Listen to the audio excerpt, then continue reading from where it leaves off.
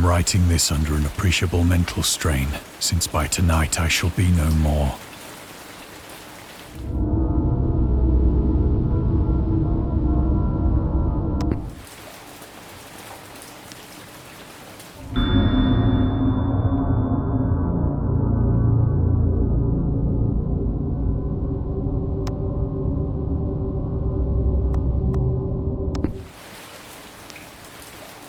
Penniless, and at the end of my supply of the drug which alone makes life endurable, I can bear the torture no longer, and shall cast myself from this garret window into the squalid street below. Do not think from my slavery to morphine that I am a weakling or a degenerate. When you have read these hastily scrawled pages, you may guess, though never fully realize, why it is that I must have forgetfulness or death.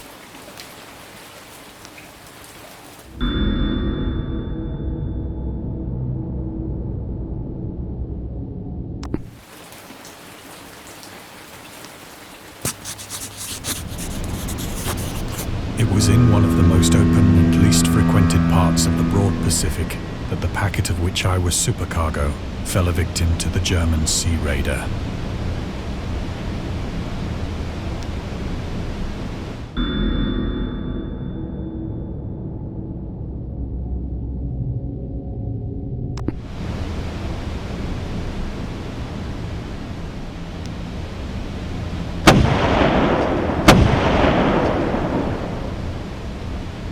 The Great War was then at its very beginning, and the ocean forces of the Hun had not completely sunk to their later degradation.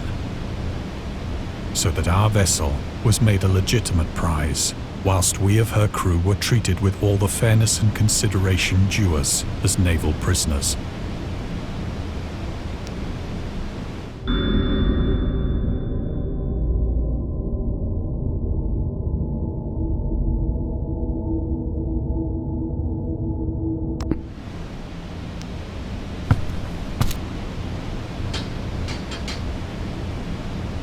So liberal, indeed, was the discipline of our captors, that 5 days after we were taken, I managed to escape alone in a small boat with water and provisions for a good length of time.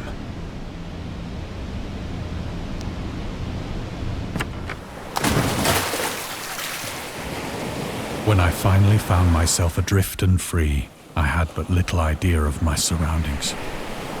Never a competent navigator, I could only guess vaguely by the sun and stars that I was somewhat south of the equator. Of the longitude, I knew nothing, and no island or coastline was in sight.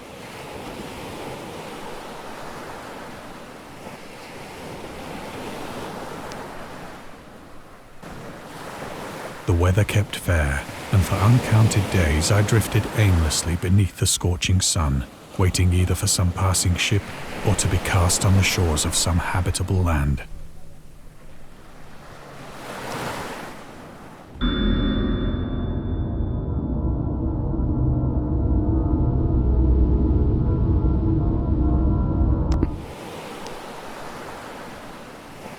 But neither ship nor land appeared, and I began to despair in my solitude upon the heaving vastness of unbroken blue.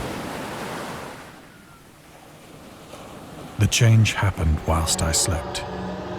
Its details I shall never know, for my slumber, though troubled and dream-infested, was continuous.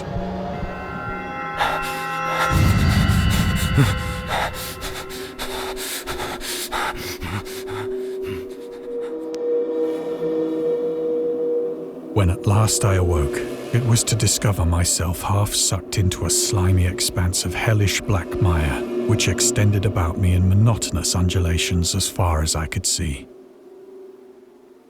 and in which my boat lay grounded some distance away. Though one might well imagine that my first sensation would be of wonder at so prodigious and unexpected a transformation of scenery, I was in reality more horrified than astonished. For there was in the air, and in the rotting soil, a sinister quality which chilled me to the very core. The region was putrid with the carcasses of decaying fish, and of other, less describable things which I saw protruding from the nasty mud of the unending plain. Perhaps I should not hope to convey in mere words the unutterable hideousness that can dwell in absolute silence and barren immensity. There was nothing within hearing and nothing in sight save a vast reach of black slime. Yet the very completeness of the stillness and the homogeneity of the landscape oppressed me with a nauseating fear. The sun was blazing down from a sky which seemed to me almost black in its cloudless cruelty, as though reflecting the inky marsh beneath my feet.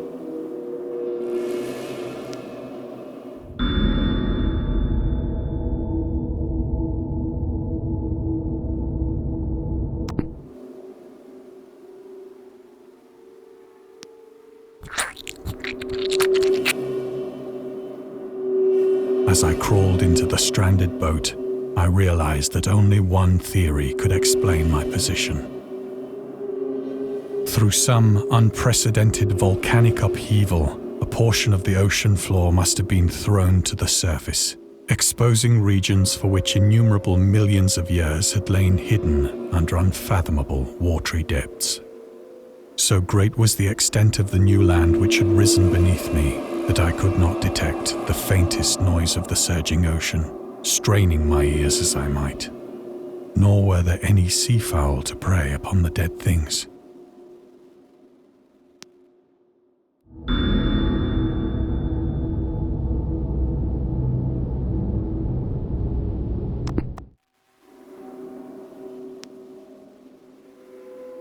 For several hours I sat thinking or brooding in the boat, which lay upon its side and afforded a slight shade as the sun moved across the heavens. As the day progressed, the ground lost some of its stickiness and seemed likely to dry sufficiently for traveling purposes in a short time. That night I slept but little, and the next day I made for myself a pack containing food and water, preparatory to an overland journey in search of the vanished sea and possible rescue.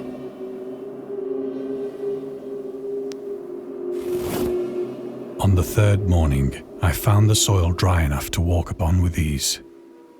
The odor of the fish was maddening, but I was too much concerned with graver things to mind so slight an evil, and set out boldly for an unknown goal.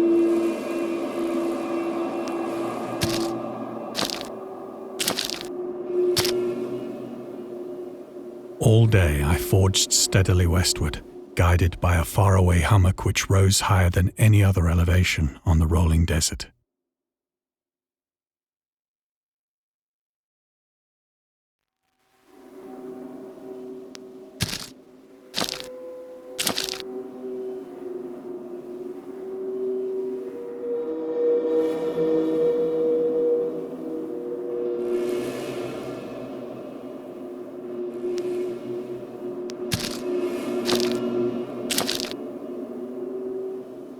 That night, I encamped, and on the following day still travelled toward the hummock, though that object seemed scarcely nearer than when I had first espied it.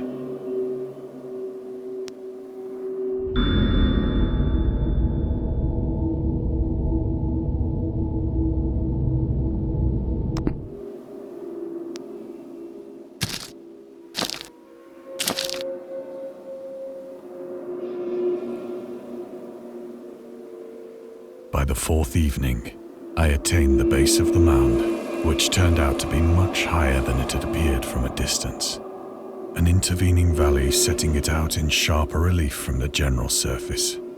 Too weary to ascend, I slept in the shadow of the hill. I know not why my dreams were so wild that night, but ere the waning and fantastically gibbous moon had risen far above the eastern plain, I was awake in a cold perspiration, determined to sleep no more. Such visions as I had experienced were too much for me to endure again, and in the glow of the moon I saw how unwise I had been to travel by day. Without the glare of the parching sun, my journey would have cost me less energy. Indeed, I now felt quite able to perform the ascent which had deterred me at sunset. Picking up my pack, I started for the crest of the eminence.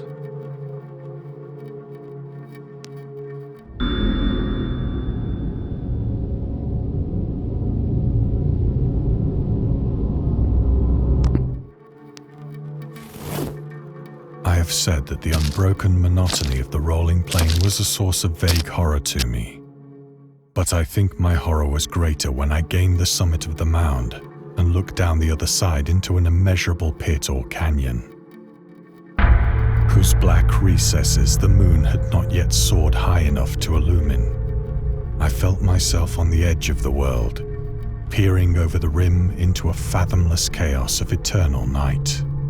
Through my terror ran curious reminiscences of Paradise Lost and of Satan's hideous climb through the unfashioned realms of darkness. As the moon climbed higher in the sky, I began to see that the slopes of the valley were not quite so perpendicular as I had imagined.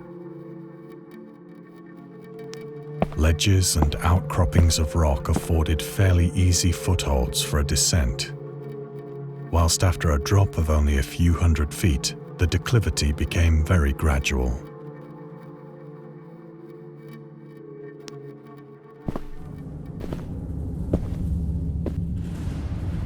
Urged on by an impulse which I cannot definitely analyze, I scrambled with difficulty down the rocks and stood on the gentler slope beneath, gazing into the Stygian deeps, where no light had yet penetrated. All at once, my attention was captured by a vast and singular object on the opposite slope, which rose steeply about 100 yards ahead of me. An object that gleamed whitely in the newly bestowed rays of the ascending moon.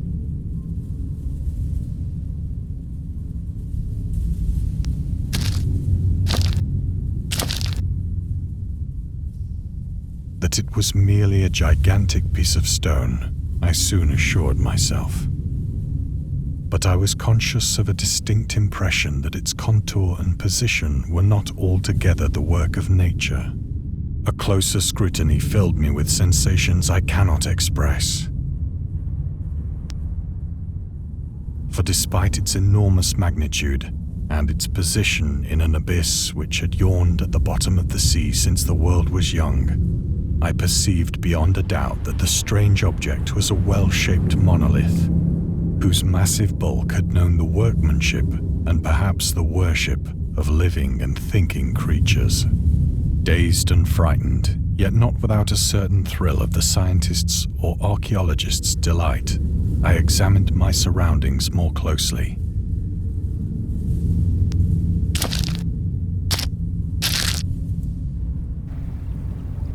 The moon, now near the zenith, shone weirdly and vividly above the towering steeps that hemmed in the chasm, and revealed the fact that a far-flung body of water flowed at the bottom, winding out of sight in both directions and almost lapping my feet as I stood on the slope. Across the chasm, the wavelets washed the base of the Cyclopean monolith, on whose surface I could now trace both inscriptions and crude sculptures. The writing was in a system of hieroglyphics unknown to me and unlike anything I'd ever seen in books, consisting for the most part of conventionalized aquatic symbols such as fishes, eels, octopi, crustaceans, mollusks, whales, and the like. Several characters obviously represented marine things which are unknown to the modern world, but whose decomposing forms I had observed on the ocean-risen plain. It was the pictorial carving, however, that did most to hold me spellbound.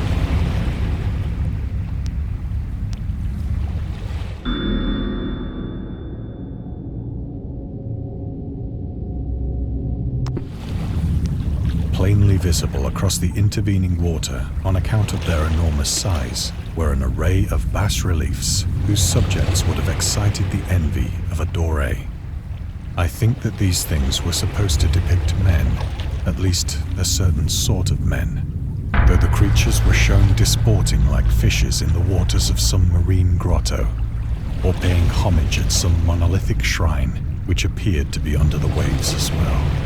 Of their faces and forms I dare not speak in detail, for the mere remembrance makes me grow faint, grotesque beyond the imagination of a Poe or a Bulwer. They were damnably human in general outline, despite webbed hands and feet, shockingly wide and flabby lips, glassy, bulging eyes, and other features less pleasant to recall. Curiously enough, they seem to have been chiseled badly out of proportion with their scenic background. For one of the creatures was shown in the act of killing a whale, represented as but little larger than himself.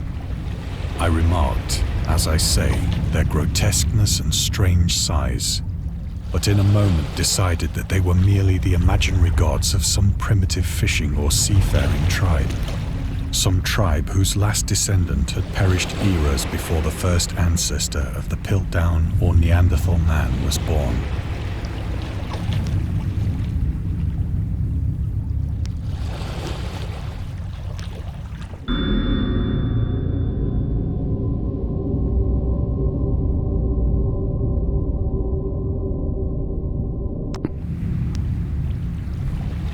Awestruck at this unexpected glimpse into a past beyond the conception of the most daring anthropologist, I stood musing whilst the moon cast queer reflections on the silent channel before me. Then, suddenly, I saw it. With only a slight churning to mark its rise to the surface, the thing slid into view above the dark waters. Polyphemus-like and loathsome, it darted like a stupendous monster of nightmares to the monolith, about which it flung its gigantic scaly arms, the while it bowed its hideous head and gave vent to certain measured sounds.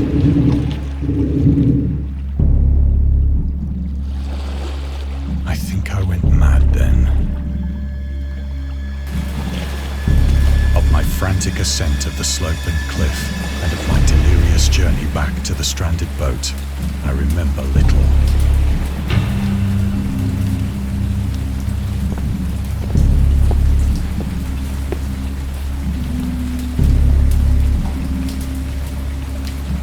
I believe I sang a great deal and laughed oddly when I was unable to sing.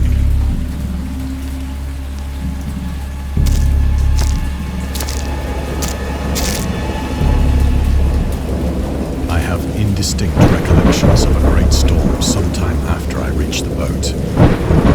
At any rate, I know that I heard pearls of thunder and other tones which nature utters only in her wildest moods.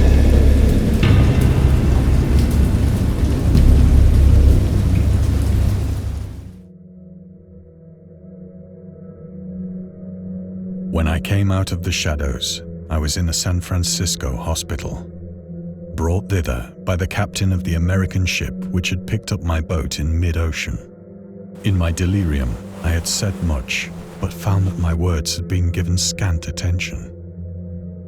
Of any land upheaval in the Pacific, my rescuers knew nothing, nor did I deem it necessary to insist upon a thing which I knew they could not believe.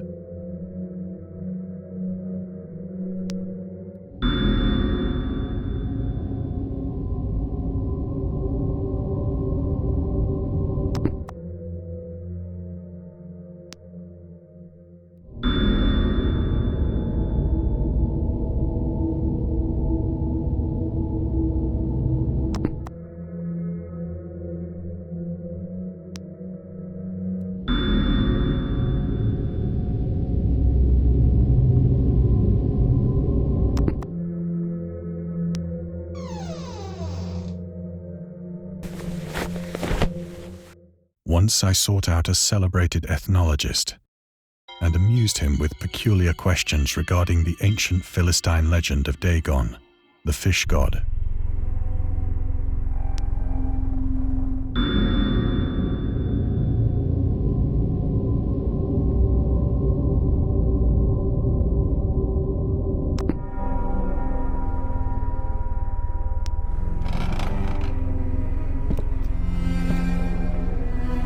But soon perceiving that he was hopelessly conventional, I did not press my inquiries.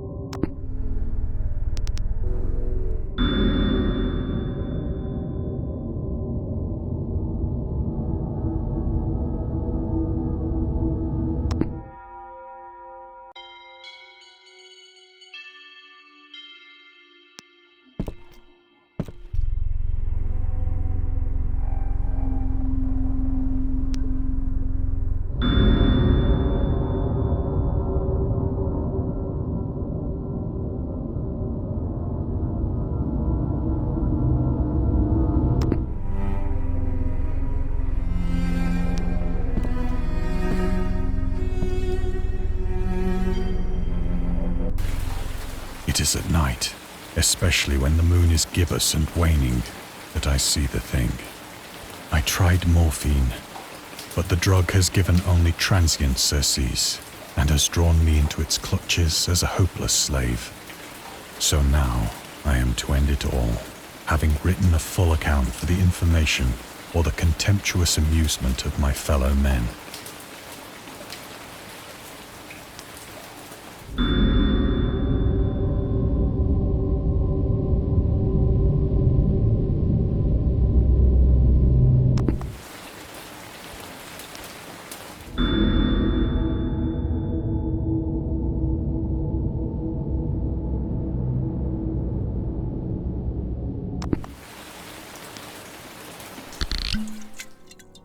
Often, I ask myself if it could not all have been a pure phantasm, a mere freak of fever as I lay sun-stricken and raving in the open boat after my escape from the German man-of-war.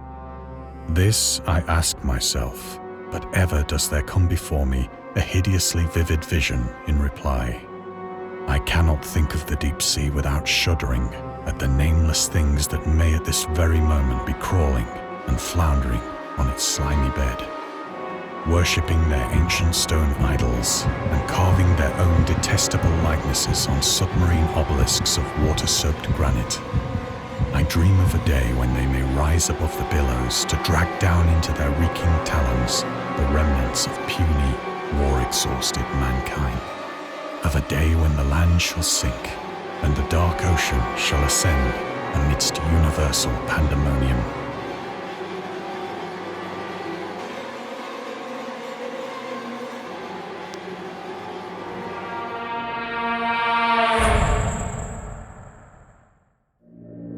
The end is near.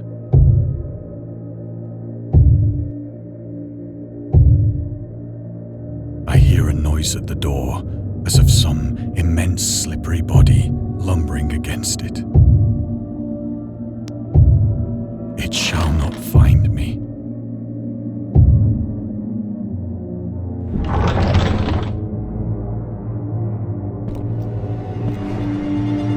God, that hand!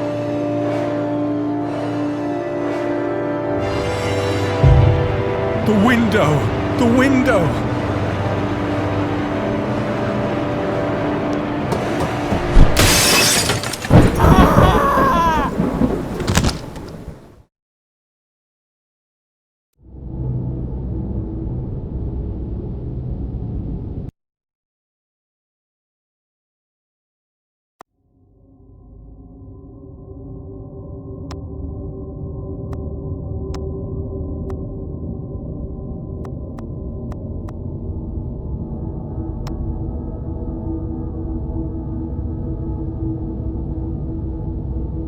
I hate the moon. I am afraid of it. For when it shines on certain scenes familiar and loved, it sometimes makes them unfamiliar and hideous. It was in the spectral summer when the moon shone down on the old garden where I wandered. The spectral summer of narcotic flowers and humid seas of foliage that bring wild and many-colored dreams.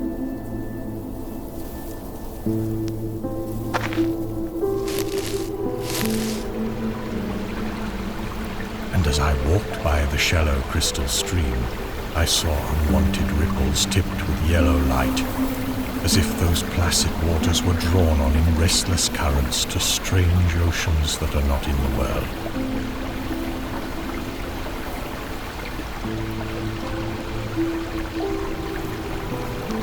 Silent and sparkling, bright and baleful, those moon-cursed waters hurried I knew not whither, whilst from the empowered banks white lotus blossoms fluttered one by one in the opiate night wind and dropped despairingly into the stream, swirling away horribly under the arched carven bridge and staring back with the sinister resignation of calm, dead faces.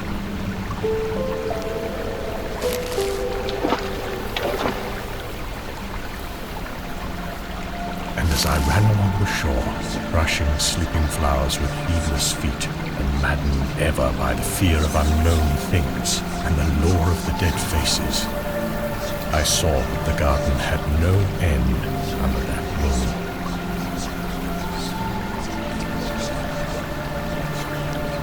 For where by day the walls were, there stretched now only new vistas of trees and paths, flowers and shrubs, stone idols and pagodas, and bendings of the yellow-litten stream past grassy banks and under grotesque bridges of marble. And the lips of the dead lotus faces whispered sadly and bade me to follow.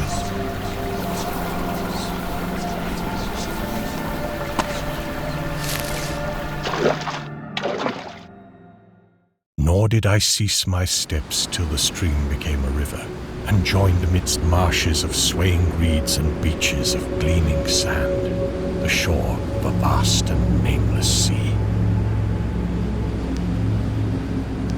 Upon that sea the hateful moon shone, and over its unvocal waves weird perfumes brooded.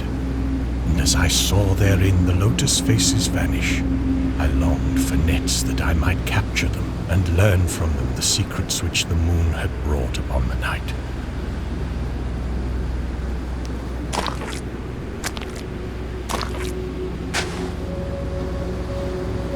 But when the moon went over to the west, and the still tide ebbed from the sullen shore, I saw in that light old spires that the waves almost uncovered, and white columns gay with festoons of green seaweed.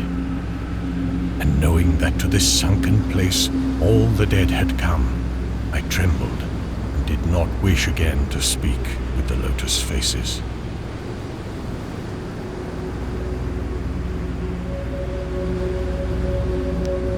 Yet when I saw afar out in the sea a black condor descend from the sky to seek rest on a vast reef, I would fain have questioned him and asked him of those whom I had known when they were alive. This I would have asked him had he not been so far away, but he was very far, and could not be seen at all when he drew nigh that gigantic reef.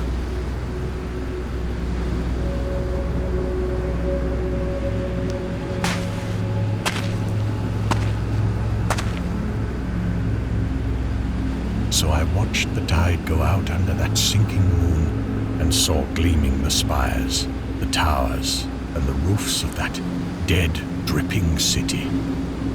And as I watched, my nostrils tried to close against the perfume-conquering stench of the world's dead. For truly, in this unplaced and forgotten spot, had all the flesh of the churchyards gathered for puffy sea worms to gnaw and glut upon. Over those horrors the evil moon now hung very low, but the puffy worms of the sea need no moon to feed by. And as I watched the ripples that told of the writhing of worms beneath, I felt a new chill from afar out, whither the condor had flown, as if my flesh had caught a horror before my eyes had seen it.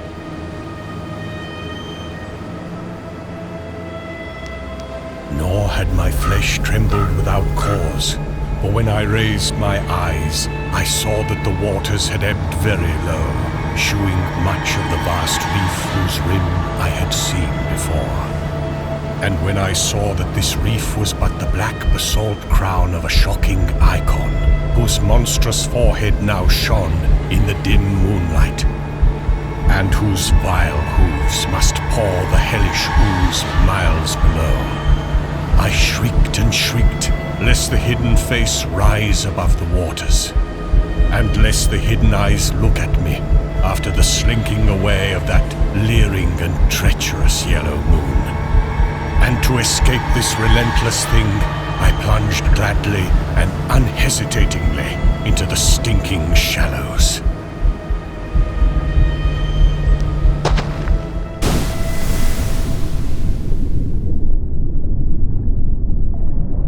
Where amidst weedy walls and sunken streets, fat sea worms feast upon the world's dead.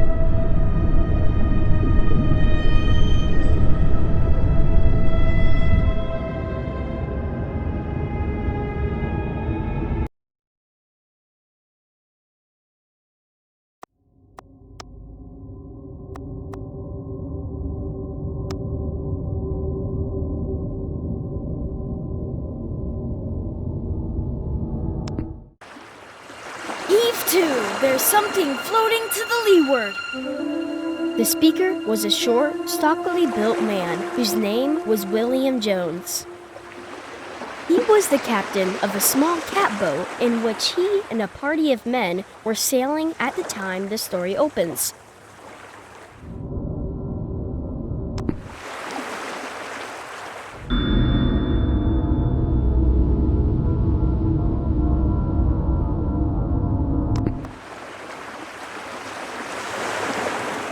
"Aye, aye, sir," answered John Towers, and the boat was brought to a standstill.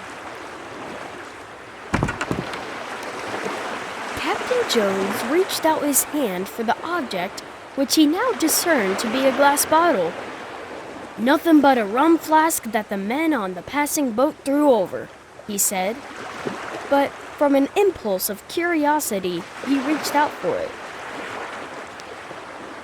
It was a rum flask, and he was about to throw it away when he noticed a piece of paper in it. He pulled it out, and on it read the following: January 1st, 1864. I am John Jones, who writes this letter. My ship is fast sinking with the treasure on board. I am where it is marked on the enclosed chart. Captain Jones turned the sheet over, and the other side was a chart. On the edge were written these words: Dotted lines represent course we took. Towers, said Captain Jones excitedly, read this. Towers did as he was directed. I think it would pay to go, said Captain Jones. Do you? Just as you say, replied Towers. We'll charter a schooner this very day, said the excited captain. All right, said Towers.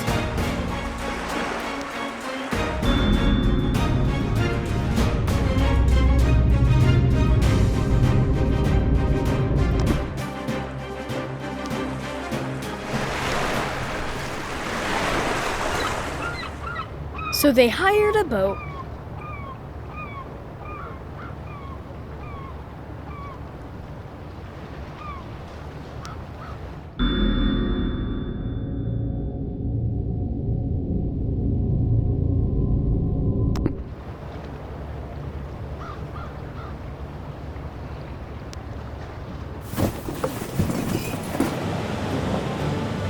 And started off governed by the dotted lines of the chart.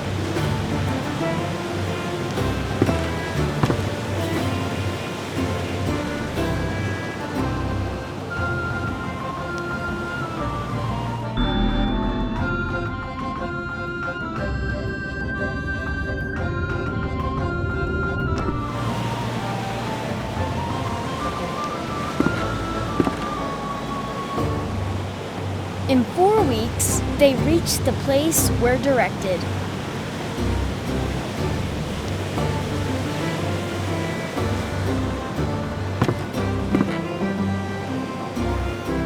And the divers went down.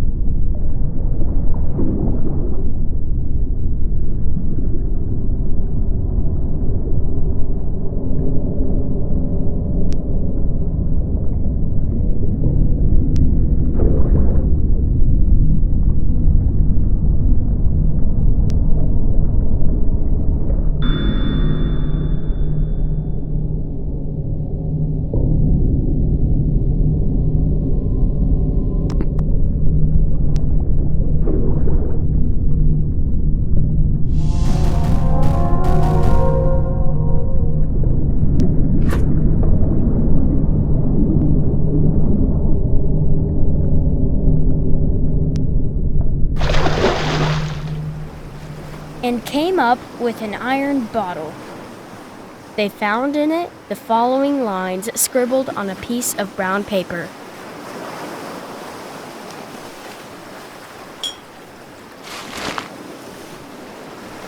December 3rd, 1880.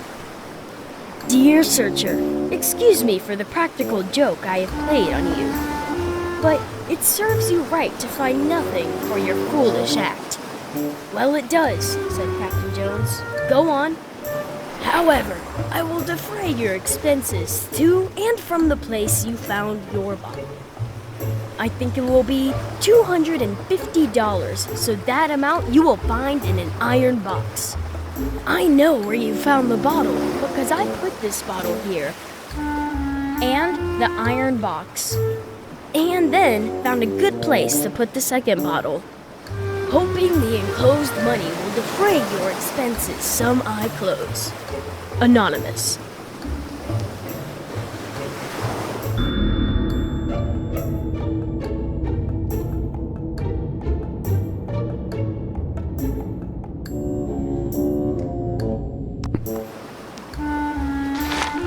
I'd like to kick his head off, said Captain Jones. Here, diver, go and get the $250.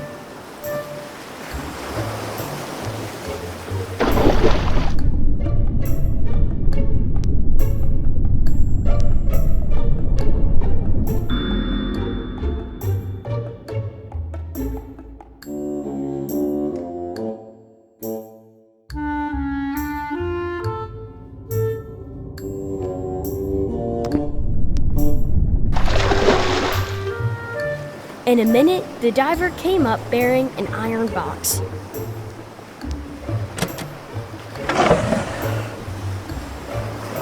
Inside it was found $250. It defrayed their expenses, but I hardly think that they will ever go to a mysterious place as directed by a mysterious bottle.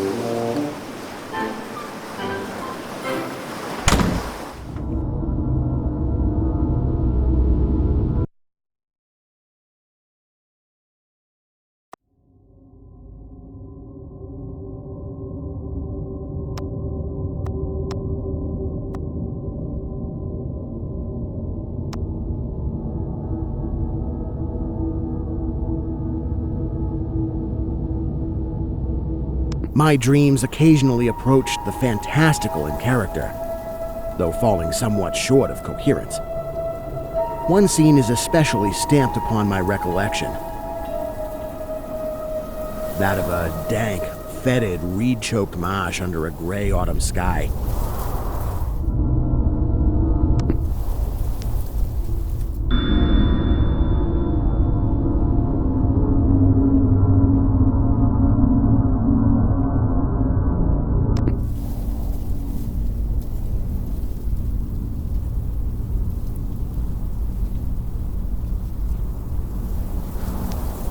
With a rugged cliff of lichen-crusted stone rising to the north.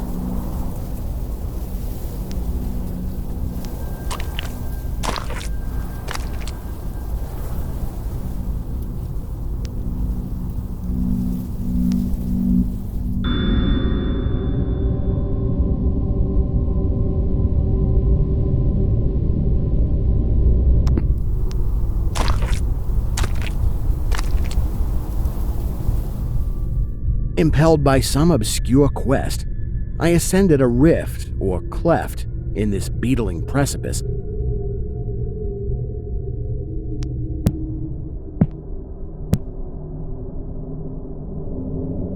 Noting as I did so the black mouths of many fearsome burrows extending from both walls into the depths of the stony plateau.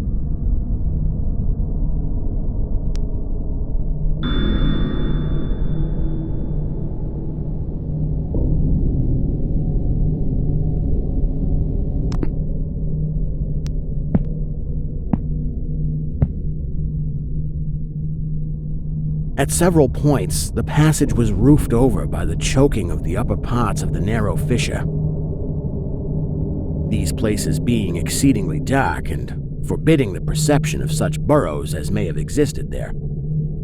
In one such dark space, I felt conscious of a singular accession of fright, as if some subtle and bodiless emanation from the abyss were engulfing my spirit. But the blackness was too great for me to perceive the source of my alarm.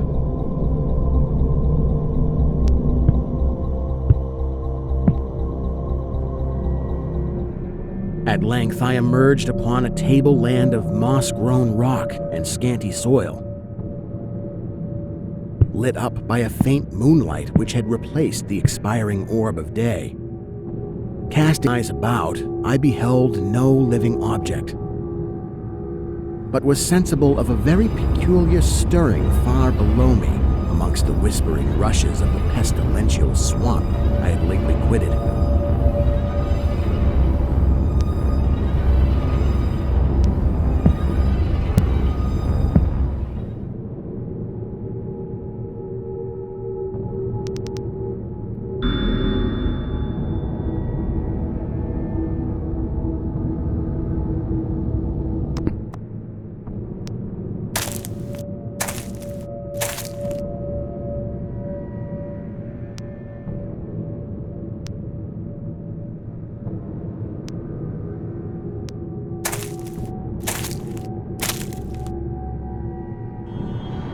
After walking for some distance, I encountered the rusty tracks of a street railway and the worm-eaten poles which still held the limp and sagging trolley wire.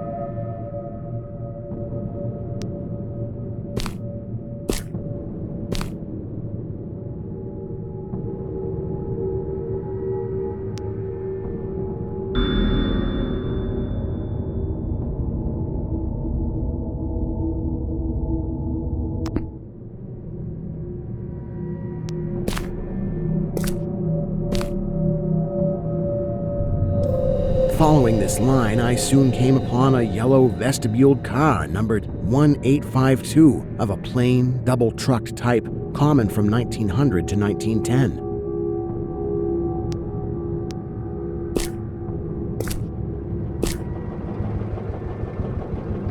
It was untenanted, but evidently ready to start.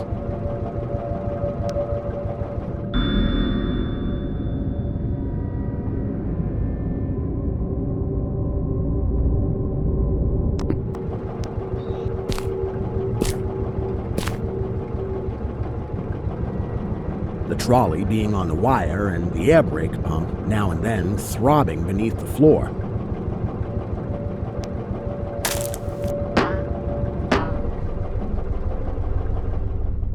I boarded it and looked vainly about for the light switch, noting as I did so the absence of controller handle, which implied the brief absence of the motorman. Then I sat down in one of the cross seats toward the middle, awaiting the arrival of the crew and starting of the vehicle.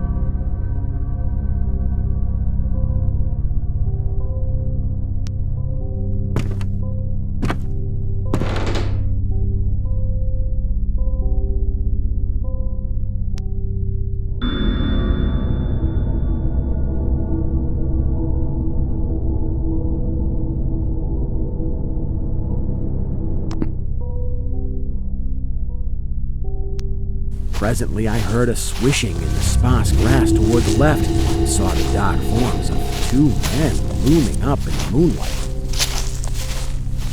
They had the regulation caps of a railway company, and I could not doubt but that they were the conductor and motorman. Then one of them sniffed with singular sharpness and raised his face to howl at the moon. The other dropped on all fours to run toward the car. I leapt up and at once raced madly out of that car.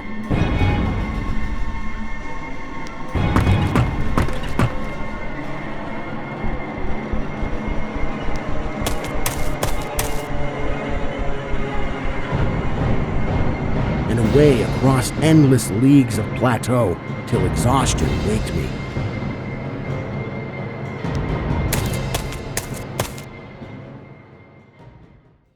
Doing this not because the conductor had dropped on all fours, but because the face of the motorman was a mere white cone, tapering to one blood-red tentacle.